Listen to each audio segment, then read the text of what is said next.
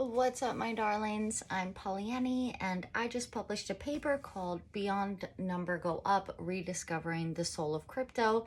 It's a paper I've been working on for the last couple of weeks, exploring my why for crypto.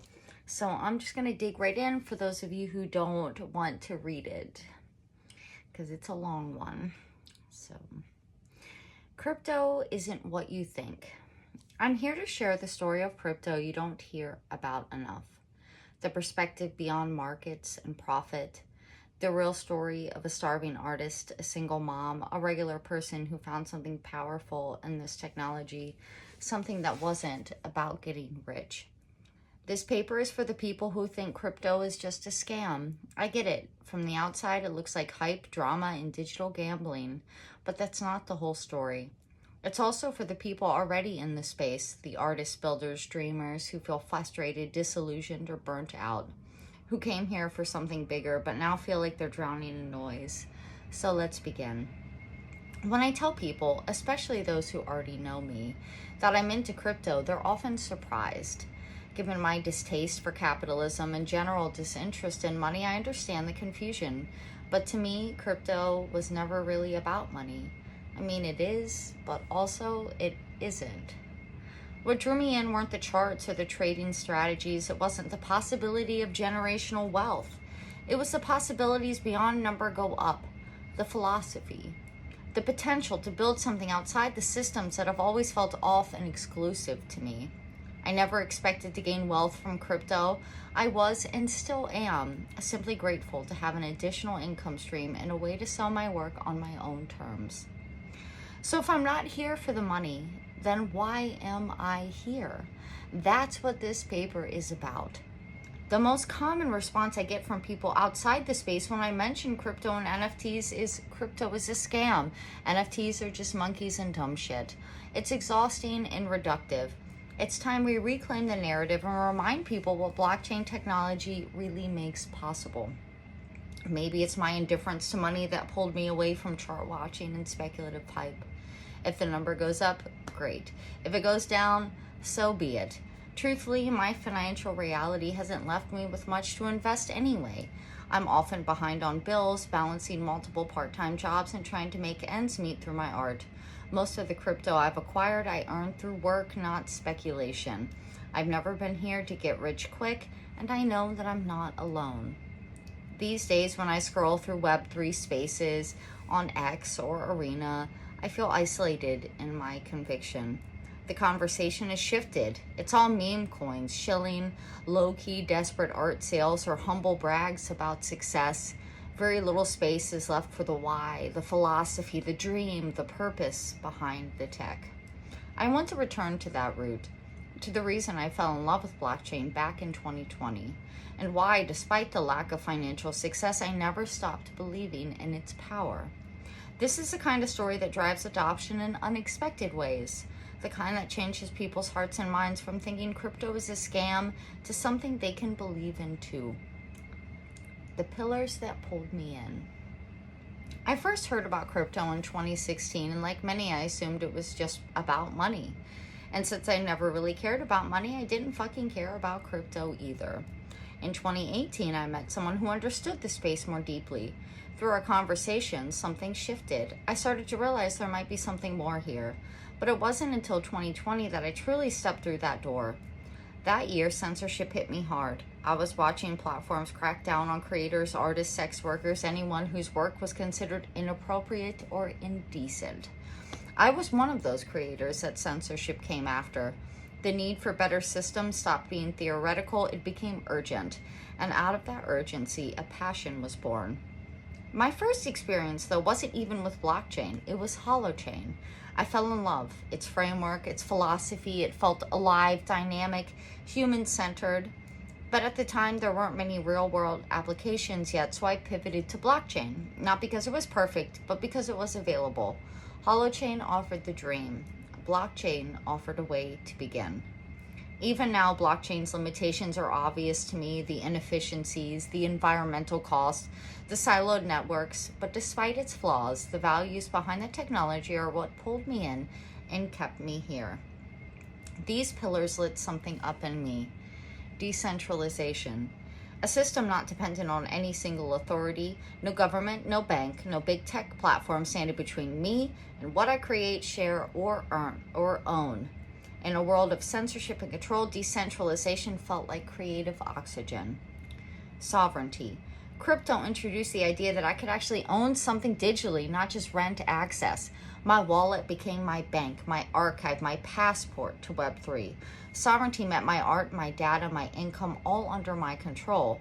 For someone constantly navigating financial precarity and platform instability, that was revolutionary. Transparency. In crypto, everything is visible. You can trace every transaction, every contract, every mint. There's no backroom deal or hidden algorithm pulling strings behind your feed. Even if imperfect, this level of transparency felt like a radical contrast to the extractive, opaque systems I was used to navigating as a creator. Permissionlessness. No application, no verification badge, no gatekeeper saying I was worthy of participating. I could create, sell, collect, and build without asking anyone for approval. That permissionlessness was incredibly empowering, especially in contrast to traditional creative industries and social platforms where gatekeeping is baked into the design. Immutability. What's on-chain stays on-chain. That permanence, especially for art and expression, felt like a kind of digital preservation. A way to say, I was here. My work, my words, my moments, they wouldn't be buried by an algorithm or deleted by a mod. The possibility of creating a legacy of my work safe from people and power erasing my voice would just happen to too many people throughout human history. And we all know that who tells the story makes a big difference in how it is shared in the future. Privacy. Not as a mask for harm, but as a shield for autonomy.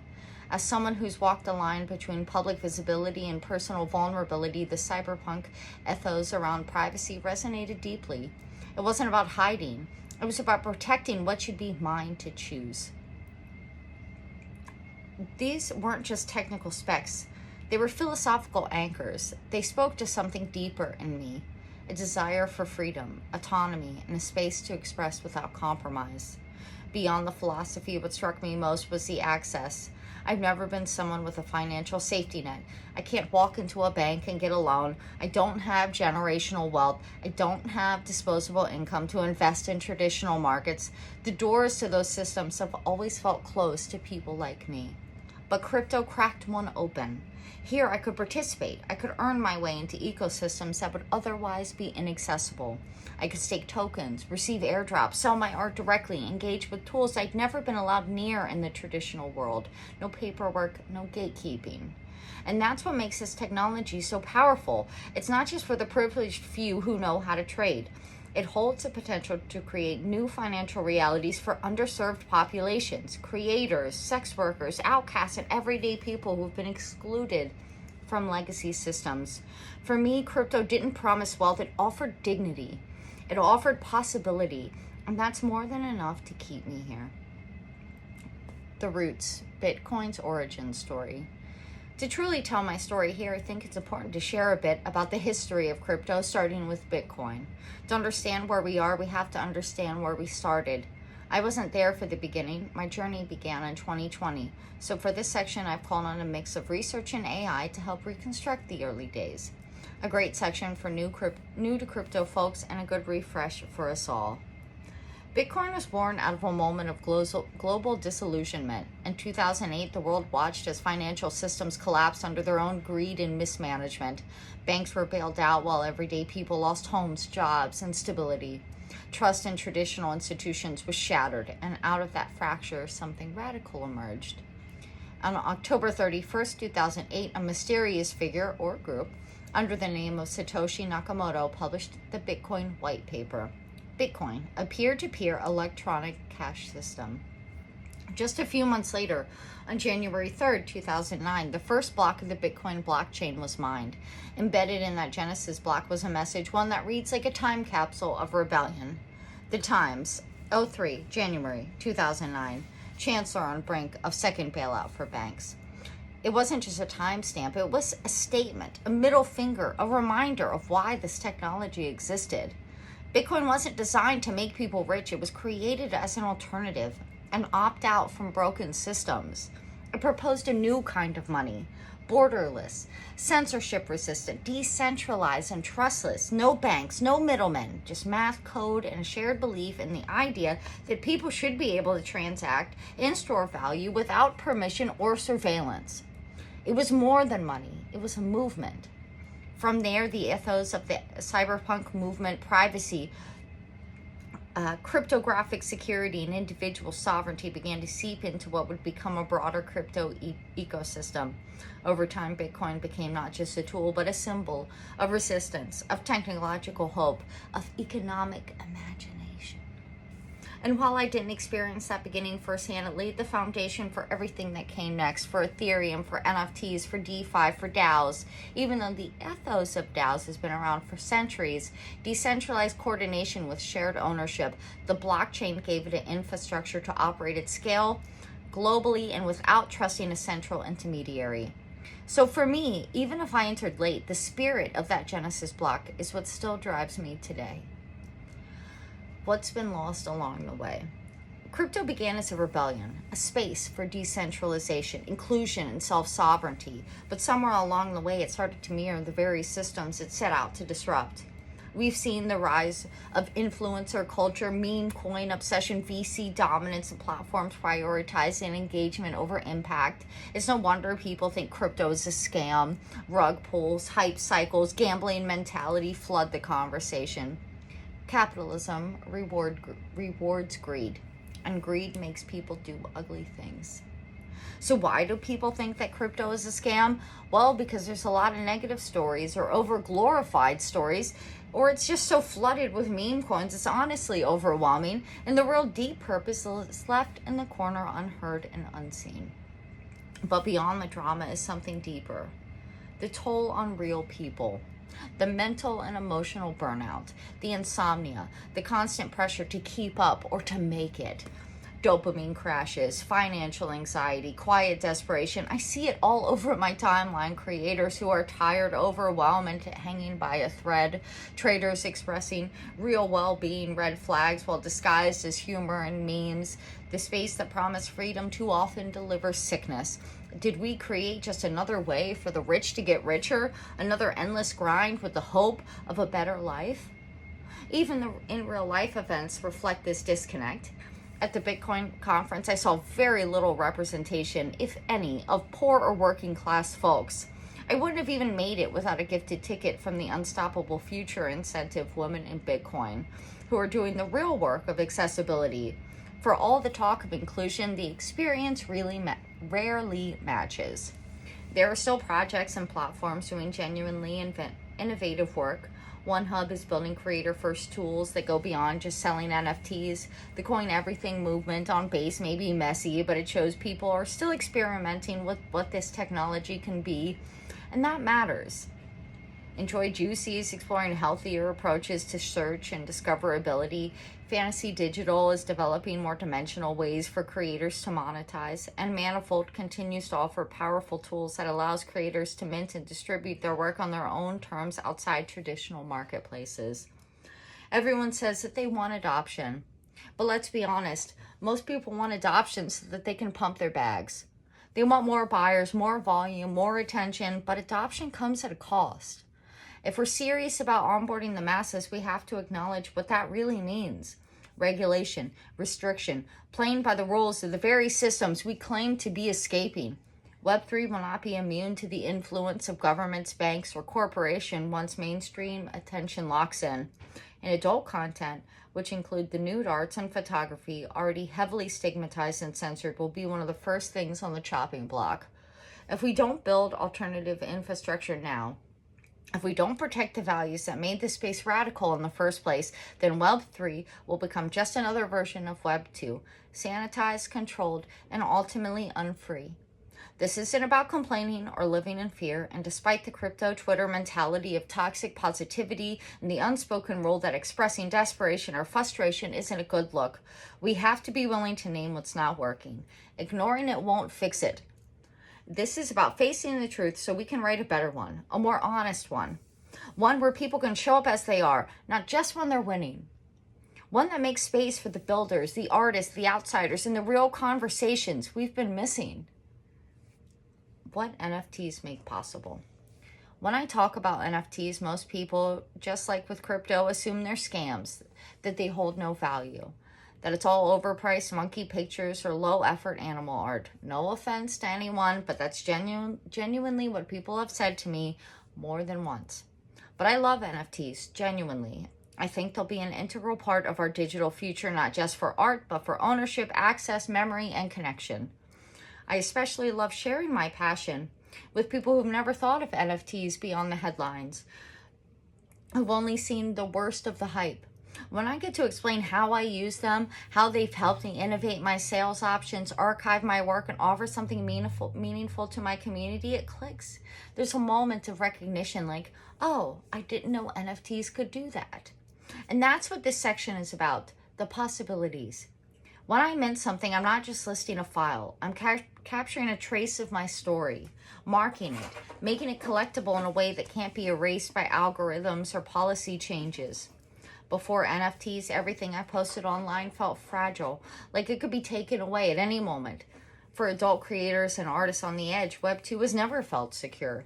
Monetization has always been shaky and censorship always nearby. NFTs gave me a different kind of stability, a way to claim space on my own terms. And it's not just about digital art. NFTs have opened up new models of distribution and ownership that I couldn't access before. Some creators use them as digital receipts, proof of ownership for physical artwork, magazines, merch, or limited run items. Others use them to token gate content, offering exclusive access to videos, performance recordings, or behind the scenes work that would otherwise live behind a platform paywall. I've seen creators tokenize live experiences, ticketed events, and even personal milestones. They can function as collectibles, but they can also be access keys, shareable memories, or part of a larger story. They don't have to be expensive or rare. They just have to mean something. That meaning can be personal, communal, symbolic, or practical. That's the beauty of it. And for me, NFTs aren't just a business strategy. They're a form of self-archiving. And when someone collects my work, they're not just buying a file. They're collecting a moment. They're helping me preserve it, and that means something to me. NFTs aren't a scam. They're just misunderstood by the masses. They're tools with real, practical uses for artists, creators, businesses, and communities. And when we use them with intention, they become something powerful, a way to reclaim ownership, build connection, and tell our stories on chain. Fringe of the fringe, showing up without selling out. Despite years in the space, I haven't struck crypto gold. I'm not Web3 famous. I've never gone viral. I still struggle to pay my bills each month. I'm still in the starving artist category. I've consciously avoided the influencer path, not because I couldn't play the game, but because I don't want to. And maybe actually I'd probably not be any good at it anyways. I'm not here to chase algorithms. I'm not interested in shilling tokens or promoting products I don't fully believe in. And even when I do believe in something, I've been hesitant to accept money to promote it, because once you're paid to say something, it changes the way it's received. The message shifts, the dynamic changes. I promote what I believe in because I believe in it, not because I'm getting a cut. And I think there's a way to support each other that doesn't rely on sponsorships or influencer deals, a way rooted in mutual investment and shared values. But for now, that still feels like a dream. And that choice has come at a cost. I've been passed over for partnerships, funding, paid roles, and visibility, while others who played the game get the spotlight. I see opportunities handed to people willing to pledge loyalty to a chain, a protocol, or a project, or simply those with a big follower count. But my loyalty has never been for sale. It's been to the space as a whole, to the ideals, to the possibility of what this could still be. That might not be the smartest move financially. Maybe I've chosen being poor over selling out, but I can live with that. There have been times I have accepted paid roles or partnered with projects in good faith, only to watch them rug, pivot, or fall apart. And each time it left me with emotional whiplash. The weight of having shared something with people who trust me only to find out it was a scam or a lie is a feeling I don't take lightly. I've spent 6 years building the trust of my following, and I won't throw it away for a short-term gain, even though at times I've been desperate enough to think about it. In those 6 years, I've spoken about adult Web3 and NFTs at festivals, expos, community events, and major conferences. I've written blogs, hosted interviews, created educational content, and been featured in podcasts. I've onboarded creators, explained the basics over and over again, experimented with nearly every adult Web3 site that existed. I've minted, I've collected, especially adult work, which has always been central to my journey. I know my stuff. And still, I often feel like I live in the margins, respected by some, deeply, but rarely paid, rarely supported, because I won't be bought, because I won't reshape myself to fit in someone else's model of success. I'm not here to extract value or build a following just for the sake of it. I'm simply not motivated by money, no matter how much of it I don't have and need. It's my blessing and my curse. I'm here to explore, to experiment, to educate. That's the work. That's the purpose. And some days it feels like I'm on the fringe of the fringe of the fringe. But at least I have my integrity. I know who I am and I know what I stand for, and that's worth speaking up about. Still here, what keeps me going? A couple of days ago, I found myself sitting with the question again, why do I care so much about this? I'm not earning a sustainable income. I barely sell NFTs. And after all the years I've put in, all the people I've helped, the events I've spoken at, the content I've created, you'd think I would be further along by now. More support, more visibility, something. But I'm not. And sometimes people say, if it's meant for you, it will come to you. And that sentiment, it fucking stings. Because I've shown up, I've contributed, and I've created, and still, I often feel invisible in the bigger picture. And the social reputation of not leaving the space or being extracted and also being supportive doesn't go as far as you would think. So why do I keep going? Well, recently I stepped back from social media. The scrolling started to feel too much, too heavy, too much drama, too much desperation, too much noise. I could feel the burnout in my body, and instead of pushing through, I decided to pause and ask the deeper questions to reconnect with my why. That's what led me here. That's why I'm writing this, because I know I'm not the only one wondering, where do we go from here? And because, despite everything, I still believe this space holds something worth fighting for. Blockchain didn't just give me a new way to sell my work, it gave me a language. It gave me a framework, a way to rethink value ownership and create sovereignty. It gave me access to the tools a traditional financial system would never offer someone like me. And it connected me with others who are also trying to build something outside the rules. It's easy to lose sight of all that when the timelines are full of flexes, flips, and failures, but when I zoom out past the hype, past the market cycles, I still see the why. I see creators reclaiming their power. I see small communities doing big things. I see people experimenting with models that don't rely on gatekeepers or institutions to say yes. And I've also come to accept something else. Anything can and will be exploited. That's the nature of a new frontier and human nature in general. Crypto isn't any more or less scammy than the traditional financial world. Yes, there are people who take advantage, but that's not unique to crypto. It's a human problem, not a blockchain one. What I want is to be remembered as an advocate for self-sovereignty, decentralization, and basic human rights. I'm still here because we all deserve dignity and access to financial and creative tools without needing permission. I keep talking about it because it matters for our future. This isn't about making the rich richer or creating opportunity only for those who can afford to ape in. This tech is for everyone. But unless we start having more honest, grounded conversations about it, people will keep assuming it's all a scam or that they're already priced out. A call to the community. If you're still here, building, experimenting, creating in public, or even just watching quietly, you're a part of this. Whether you've been around for years or you're just starting to explore, this space is still yours to shape. And if you're new and skeptical, I get it. You've probably heard crypto is all scams or seen the drama and burnout online. But that's not the whole story.